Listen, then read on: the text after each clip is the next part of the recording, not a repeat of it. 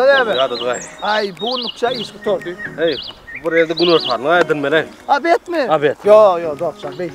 Abede pul verme. Ha? Yür öyle var ya kul yuvalak muhtuna kar. Hey, borlu atacan. Yok görüyor. O sefer o arkayın geçirmesine elimse ittim duruyorlar. Muhtlu soruyorlar. Yol pul verer bak atar kaymal yür 90. Ay, edin onlara korsa yür. Ovada soğuğa ya.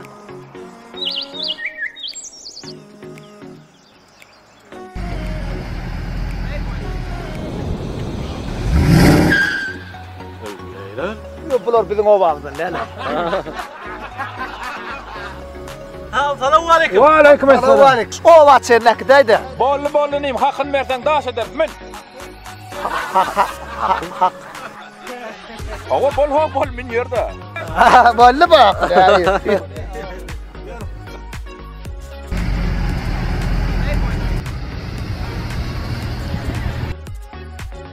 Geldik mi? Geldim. Atacan öldüm meren atacan. Ne mi? Ben vereyim. Ben meren de atacan. Yo vereyim. Yo, ben de var. Yo ben vereyim. Ne bolya ben vereyim. Ben Ben vereyim. Puladır. Pa ben de pulu. Ba men ne? Ba dot. Ba men ne? Öldüm meren ne atacan. Yo men ne de pul. Pa ben de bol. Aslında men de pul var diye. Duray atacan. Dur. Meren ne? Miyik manım. Ha sen ben öldüm vereyim. Yo bolya.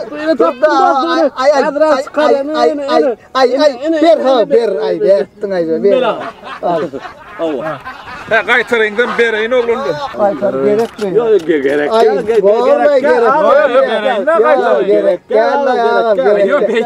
Yo durun oğlunu gaytırgıyınız bereyin men gaytır. Çıkma gaytır. Yo bereyin men dur kovluk mavluk mene bereyin. Ay bolya bere.